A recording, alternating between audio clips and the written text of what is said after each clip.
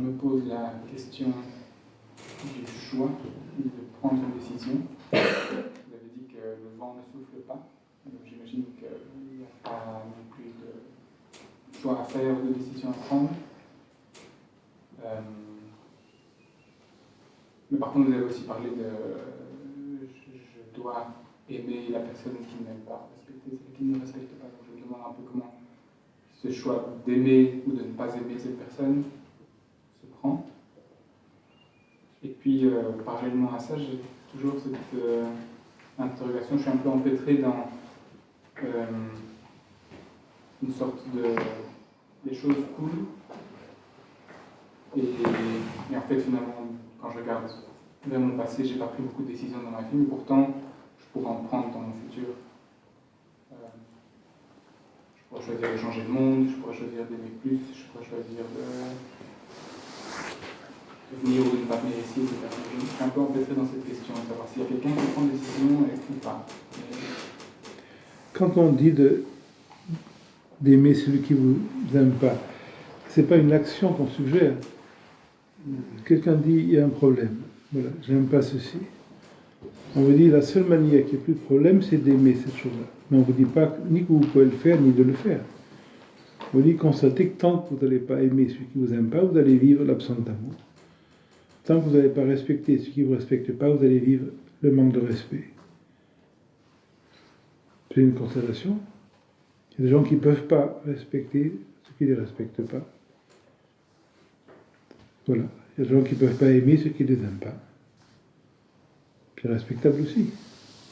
Mais si un jour ils peuvent le faire, si ça se fait, à ce moment-là, la sensation de manque d'amour qu'ils avaient parce qu'on ne les aimait pas va s'éliminer dans l'instant. La sensation de manque de respect qu'ils avaient parce qu'on ne les respectait pas va s'éliminer dans l'instant. Voilà. Venir ici ou non, c'est tout à fait merveilleux de votre part que vous pensiez que ce soit un choix, mais vous n'avez aucun choix de venir ce soir ou de ne pas venir. Ça s'est imposé malgré vous. S'il y avait un film qui vous stimule, s'il y avait une petite amie qui vous stimule, s'il y avait eu cela qui était plus stimulant, vous auriez fait ça. Vous avez entendu parler malheureusement de cette rencontre, etc., ou un imaginaire, ou etc., après que vous êtes venu, mais c'est pas un choix, peut-être vous n'allez jamais revenir, etc., ou au contraire, ça vous concerne, vous allez revenir, mais c'est pas un choix, c'est une résonance. Si le papier que vous avez vu était formulé selon vos propres références, dire, ah, mais ça a l'air intéressant. Si la formulation ne correspondait pas à votre idéologie, vous dire, ah, mais c'est vraiment pas intéressant cette réunion. Ça fonctionne comme ça. La couleur du papier, si ça correspond ou non, l'horaire, le prix, si c'est pas trop loin, si c'est pas trop près, ce qu'on vous a dit sur moi, etc. Tout ça fait que vous venez ou vous venez pas, mais vous n'avez aucune liberté là-dedans. Donc vous n'avez aucun choix de venir ou non, vous n'avez aucun choix de jamais revenir ou de revenir. Tout ça, c'est malgré vous. Mais quand on vous dit ça, on ne vous dit pas d'adhérer. Ici, on ne donne pas un enseignement. On ne dit pas ce qui est juste ou faux, on dit de constater. Vous avez tout à fait le droit d'avoir cette conviction profonde que vous pouvez changer le monde, et c'est merveilleux. J'ai un ami, il y a une vingtaine d'années, c'était un fabricant de LSD qui en avait avalé un grand nombre, mais c'est un homme intelligent. Et il m'a dit, voilà, j'ai cette vision, je vais aller faire la paix en Israël. Et il est parti pour faire la paix en Israël avec les Palestiniens. Bon, j'ai pas eu d'écho après, mais c'était tout à fait sympathique, cette conviction qu'il avait de pouvoir faire la paix là-bas. Il y a beaucoup de gens qui ont des convictions comme ça, c'est respectable. Moi, j'ai pas de conviction là-dessus. Je sais pas ni faire la paix, ni faire la guerre.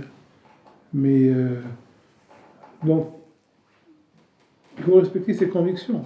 Si vous êtes chrétien, si vous êtes musulman, si vous êtes hindou, si vous avez cette croyance, vous êtes en contrôle de votre vie, c'est en suivant cette évidence que vous allez l'approfondir, et en l'approfondissant, éventuellement, il y a des constatations que vous allez faire.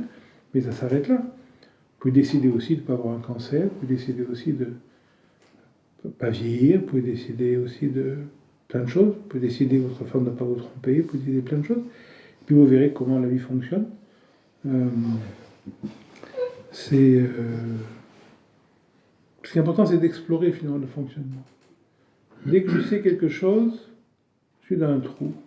Parce qu'il n'y a rien qu'on peut savoir. Donc, je dois uniquement voir ce fonctionnement. Moi, le besoin de dire c'est comme ça. Non, c'est pas comme ça. Donc, quand on vous dit vous n'avez aucune liberté, c'est pas vrai non plus. Ça pointe vers quelque chose, mais c'est pas à prendre à la lettre. Mais l'idée d'avoir une liberté est quelque chose qui, un jour, va vous apparaître comme lourd à porter. Voilà. Mais pas avoir de liberté n'est pas juste parce que il n'y a personne qui peut être libre ou non. C'est une représentation. Donc, à un moment donné, il n'y a plus cette espèce de dichotomie, l'un ou l'autre. Être libre ou pas libre. Vous allez voir, ça ne s'adresse à rien. Vous n'êtes pas quelque chose qui puisse être libre ou non. Est-ce que le lion est libre de vous manger ou non?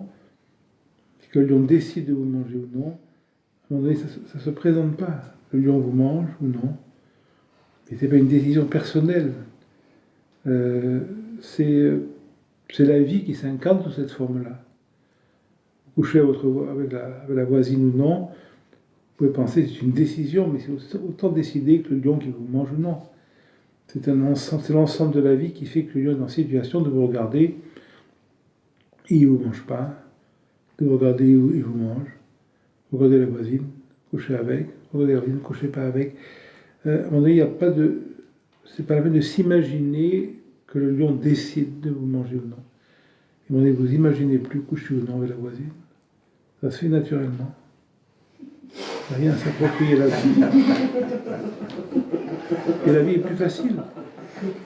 Plus de culpabilité, plus de remords, plus de regrets, plus d'hésitation, plus de stratégie. Ce qui est inévitable s'accomplit, ce qui ne peut pas s'accomplir ne va pas s'accomplir. Mais il n'y a plus aucune énergie perdue pour les choses, et l'énergie va devenir par les choses. C'est une énergie qui va être sur l'écoute, sur l'intensité, et non pas sur la fabrication d'un futur imaginaire. Et à ce moment-là, vous verrez étrangement que l'idée d'avoir un passé et d'avoir un futur va complètement vous quitter. Vous verrez, c'était une forme de sécurité. Vous aurez votre album photo, vous dites, ah, j'étais comme ça. Vous n'étiez pas comme ça. C'est pas vrai, celui il est mort, lui. Regardez que des cadavres.